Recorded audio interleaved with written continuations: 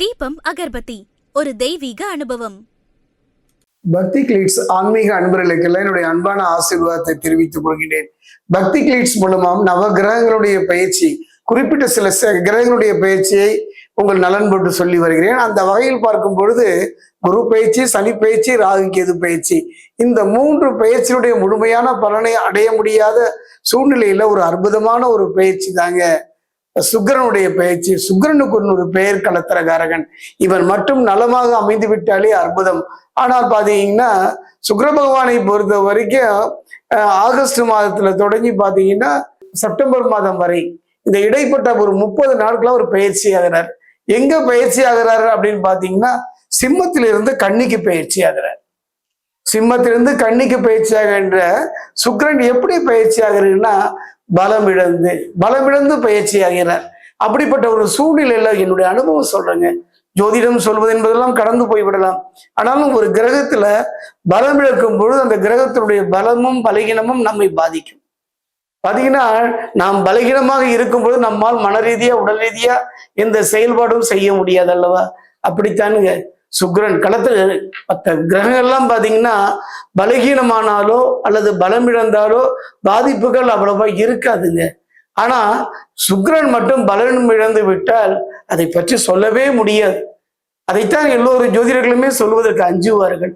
அப்படிப்பட்ட ஒரு சூழ்நிலையில கூட இந்த சுக்கிரனுடைய பயிற்சியை மட்டும் வைத்தல்ல, மற்ற கிரகனுடைய இருப்பை வைத்தும் நான் சொல்ல போகிறேன். அந்த வகையை பார்க்கும் பொழுது இதே நேரத்துல பாத்தீங்கன்னா இவர் என்ன பண்ணுவார்னு பாத்தீங்கன்னா நீசபங்க ராஜயோகம்னு ஒரு அற்புதமான ஒரு யோகத்தையும் தரக்கூடியவர். இது மேஷராசிக்கு எவ்வாறு இருக்கும் என்பதை இப்ப நம்ம பார்க்க போறோம்.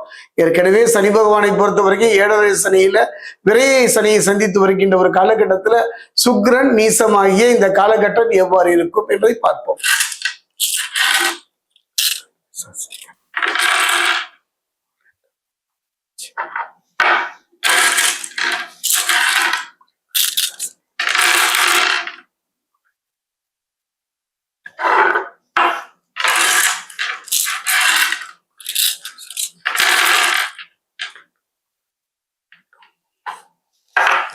ஒரு அருமையான ஒரு காலகட்டம். காலம் செய்வது போல என்று நான் அடிக்கடி ஒரு வார்த்தையை பயன்படுத்துவேன். காலம் செய்வது போல நம்ம வாழ்க்கையில எதுவுமே இல்லை. அப்படிப்பட்ட ஒரு சூழ்நிலையில நம்ம குரு பயிற்சியை பார்த்தோம். ராகு கேது பயிற்சி இந்த வருடத்துடைய இறுதியில சந்திக்க போறோம். இடையில பார்த்தீங்கன்னா சனி பயிற்சி. இந்த 2 பயிற்சியும் நம் வாழ்வை கடந்து செல்கின்றது, நடத்தி செல்கின்றது. அப்படிப்பட்ட சூழ்நிலையில பார்த்தீங்கன்னா மேஷத்தை பொறுத்த வரைக்கும் இப்படித்தாங்க இருக்கும். சொடி பிரசனம் என்னை பொறுத்த வரைக்கும் உள்ளதை உள்ளபடி சொல்கின்றது. மன ரீதியா எதுவும் சொல்வதல்ல. அந்த வகையில் பார்க்கும்போது மேஷராசி அன்பர்களே, இந்த சுக்கிரனுடைய பயிற்சி, கலத்தக்காரனுடைய பயிற்சி, கவனமா இருங்க, எச்சரிக்கையா இருங்க, நிதானமா இருங்க. இதை மட்டும்தான் நான் சொல்றேங்க, சொல்ல வேண்டிய என் கடமை. அந்த வகையில் பார்க்கும்போது சுப செலவுகள் ஏற்படலாம். அதே நேரத்துல தொழில வியாபாரத்தில் ஈடுபட்டு இருப்பவர்கள் கவனத்துடன் இருக்கணும் இந்த காலகட்டத்துல. அதே நேரத்துல எதிர்பார்த்த பணவரவு வருவதற்கான வாய்ப்புகள் அதிகம். புதன் 4ஆம் இடத்துல பலத்துடன் சஞ்சரிப்பதனால எதையும் சாத்தித்து காட்டுவீர்கள். நான் சொன்னேன் அல்லவா? அதாவது சுக்கிரன் பலம் இழந்தாலும் கூட புதன் ஒருத்தர் கைவிட்டா கூட இன்னொருத்தர் கை தூக்கி விடுவார்கள். ஐயா கவலைப்படாதீங்க, தைரியத்தை இழந்துடாதீங்க. புதன் 4ஆம் இடத்துல பலத்துடன் சஞ்சரிப்பதனால எதையும் சாதித்து காட்டுவீர்கள்.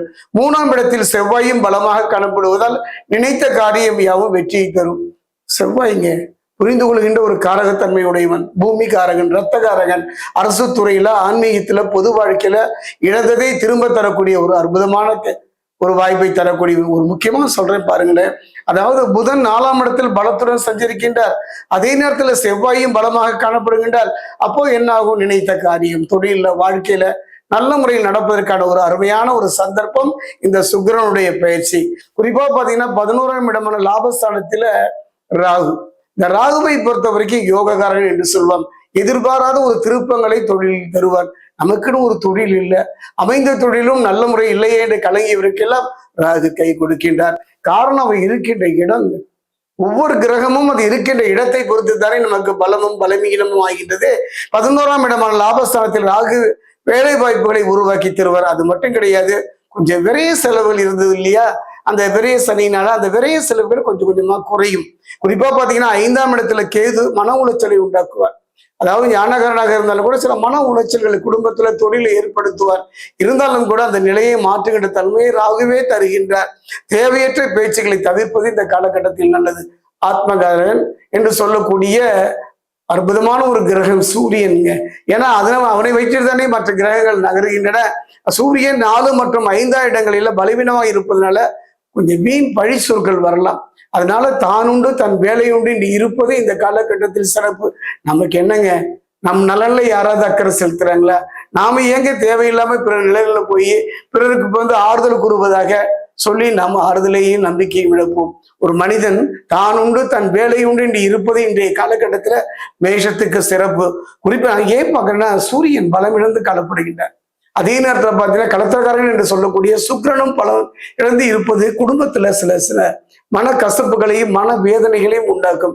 கவனமாக இருந்து விட்டாலே போதுமே. அதே நேரத்துல பாத்தீங்கன்னா தேவையில்லாத பழிச்சொல்கள் வரும்னு சொல்ல இல்லையா, கொஞ்சம் கவனமா இருப்பது. நெருப்புங்க, தொட்டா சுடுன்னு சொல்றேன். இல்ல நான் தொட்டு பார்க்கறேங்கிறத பத்தி எனக்கு இல்லை. காரணம் என்னன்னா, நம்முடைய முன்னோர்கள் சொல்லியிருக்காங்க, எப்பவுமே அனுபவம். அதுக்குத்தானே புத்தகங்களும் ஆசிரியர்களும் குருமார்களும் இப்படி இரு நன்றாக இருக்கும், இப்படி இருந்து விடாதே துன்பமும் துயரமும் உன்னை தொட்டுவிடும் என்று சொல்கிறார்கள் அல்லவா. கவனமாக இருந்து விடுங்கள் மேஷராசி என்பர்களே. அது மட்டும் கிடையாது, யாரையும் பகைத்துக் கொள்ளாதீர்கள். ஏன்னா இந்த காலத்துல பகைத்துக் கொள்ளுதல் என்பது எந்த நிலையில கூட வரலாம். நம்ம ஒரு வண்டி வாகனத்துல போறோம், ஒரு தொழில் செய்யறோம், ஒரு ஆலயம் போறோம், சின்ன சின்ன விஷயத்துக்கெல்லாம் நம்ம யாரையும் பகைத்துக் கொள்ள வேண்டாம். காரணம் என்னன்னா, கடுகு சிரித்தால் நம்ம கூட காரம் குறையுமா? அந்த வகையில நமக்கு வேண்டாம் வீண் பழிச்சொல்களோ வீண் அபவாதங்களோ நமக்கு தேவையே இல்லை. அதே நேரத்துல பார்த்தீங்கன்னா 12ஆம் இடமான விரயசனி நடப்பதனால கோபத்தை தவிர்ப்பது நல்லது. கோபம் ஒரு மனிதனுடைய அறிவு மட்டும் கிடையாது, மனது மட்டும் கிடையாது, அந்த பதவியையும் அதை அழித்து விடுங்க. கோபம் அதான் செல்லிடத்து காப்பான் சினம் காப்பான் என்று சொன்னார்கள். எவ்வளவு பெரிய மகானா இருந்தாலும் ரிஷிகளா இருந்தாலும் சினம் வராமல் பார்த்து கொள்ள முடியாதுதான். உணர்வுகளையும் உணர்ச்சிகளையும் வெளிக்காட்டாமல் இருக்க முடியுமா? கொஞ்சம் கவனமாக இருந்து விடுங்கள் மேஷராசி அன்பர்களே. 4ஆம் வீட்டில குரு வரவுக்கு மீறி செலவுகளை தந்தாலும் கூட அது ஒரு சுப செலவுகளாகத்தான் அமையும். இப்பதான் வரப்போறாங்க, இப்பதான் வர சொல்ல போற கலத்திரக்காரகன் சுக்கிரன் பலகீனமாக இருந்தாலும் கூட சுக்கிரம் 6ஆம் இடத்தில் பலவீனமாக இருப்பதால் பெண்களால பிரச்சனைகள் வருங்க. ஒண்ணு ஏற்கனவே அந்த நிகழ்வு நடந்தால் அந்த பிரச்சனை இப்ப தலை தூக்கும். அதே நேரத்துல தேவையில்லாம நாம நம் வேலையை பார்த்துட்டு இருந்தாலே போதுங்க. மன ரீதியா உடல் ரீதியா கவனமா இருக்கணும் மேஷராசிக்காரர்கள். இந்த 30 நாட்கள் அதே பிரச்சனைகள் உருவாகும்னு சொன்னலையா, எல்லாருக்கும் உருவாகாது. நான் சொன்னேன் அல்லவா, மனதையும் உடலையும் சரியாக வைத்துக் கொண்டாலே சுக்கிரன் பலகீனம் இழந்த இந்த காலகட்டத்துல இந்த நிகழ்வு உங்க வாழ்வில் நடவாமலே போய்விடும். அதே நேரம் பாத்தீங்கன்னா வாக்குறுதிகளை கொடுக்கும் முன் ஒரு முறைக்கு 2 முறை யோசித்து செல்லுங்க. என்னை பொறுத்த வரைக்கும் ஒரு அருமையான ஒரு நிகழ்வுங்க. சரியாக அமைந்து விட்டார், நல்ல தசாபுக்தியும் இறையறலும் குருவரலும் உங்களுக்கு அமையுமானால் நல்ல ஒரு மாற்றத்தை ஏற்படுத்தும். ஒரு பரிகாரம் நான் சொல்ல மாட்டேன், எப்பவுமே ஒரு நிகழ்வை சொல்றேன். மேஷராசி அன்பர்களே, இன்றைய காலகட்டத்துல 2 கிரகங்கள், ஒன்று ராகு, அடுத்தது பாத்தீங்கன்னா செவ்வாய். இந்த 2 கிரகங்கள் மட்டுமே துணை இருக்கின்றன. அந்த வகையில் பார்க்கும் பொழுது சகோதரன் சகோதரி, மூத்த சகோதரியா இருக்கலாம், இளைய சகோதரியா இருக்கலாம். இந்த ஆடி மாதம் வருகிற கிட்டத்தட்ட பாத்தீங்கன்னா இந்த மாதத்தினுடைய பாதியில பாத்தீங்கன்னா வளையல் வாங்கி கொடுங்க. கண்ணாடி வளையல் அது எப்படி வாங்கி தர, 4 வளையல்லாம் வாங்கி தந்துடாதீங்க. கை நிறைய அவர்களுக்கு வளையல் வாங்கி சகோதரி கொடுங்க. எனக்கு சகோதரி இல்லை, அப்படிப்பட்ட ஒரு சூழ்நிலையில என்ன பண்ணலாம்?